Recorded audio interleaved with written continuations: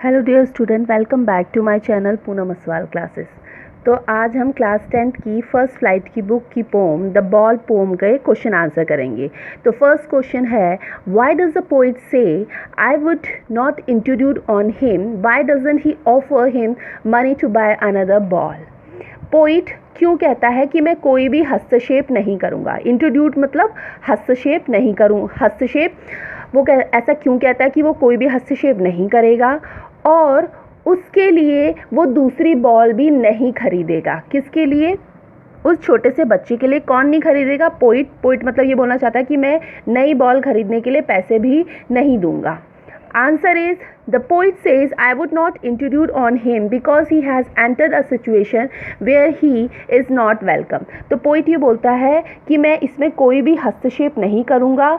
क्यों? क्योंकि वो बच्चा एक ऐसे सिचुएशन में पहुंच चुका है जहाँ पे वो उस चीज़ का वेलकम नहीं कर रहा है। He has a lost a ball। उसने क्या खो दी है? उसने बॉल खो दी है। He doesn't offer him money to buy another ball because he wants the boy to realize that losing anything in life is not good। वो जो पोइट है वो उसको पैसे नहीं दे रहा है। क्यों नहीं दे रहा है? क्योंकि वो ये चाहता है कि बच्चा ये रियलाइज़ करे कि उसने जो चीज़ खोई है वो उसकी लाइफ के लिए सही नहीं है। अगर उसको वो चीज़ दे दी जाए तो वो खोई हुई चीज़ के लिए दुख नहीं प्रकट करेगा, इसीलिए वो उसको मनी नहीं दे रहा है।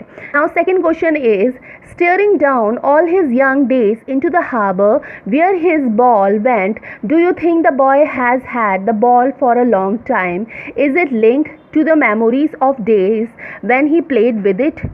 नीचे जहाँ उसकी गेंद गिरी हुई है वहाँ पर वो उसने अपने बचपन के दिनों को बिताया था। जहाँ वो जो बंदरगाह था, हार्बर था, उसको वो घूर रहा था, देख रहा था जहाँ उसकी बॉल खोई थी।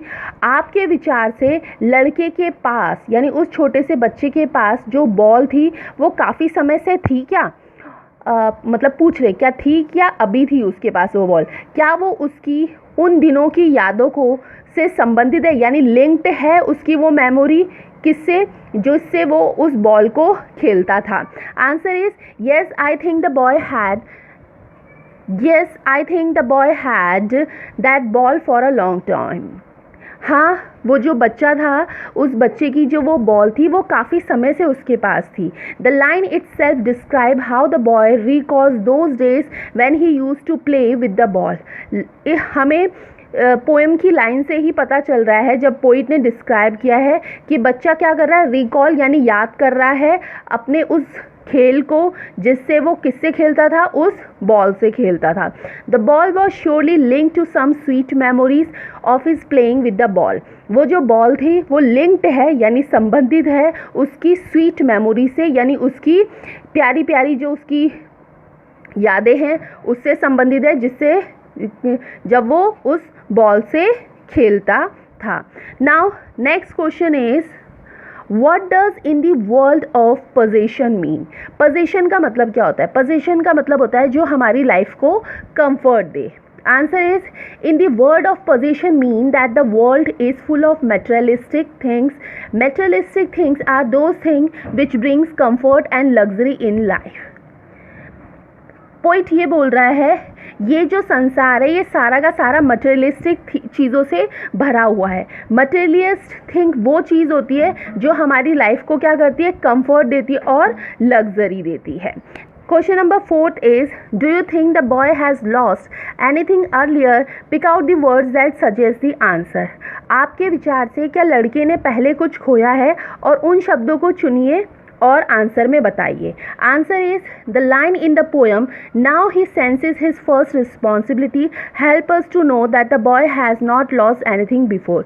ये जो लाइन है पोएम में कि he senses his first responsibility, यानी वो अब अपना पहला कर्तव्य निभाएगा।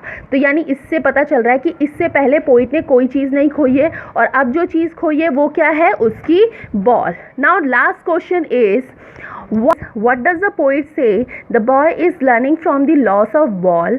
Try to explain this in your own words। Poet क्या कहता है कि लड़के की जब गेंद खोने से वो क्या सीख रहा है?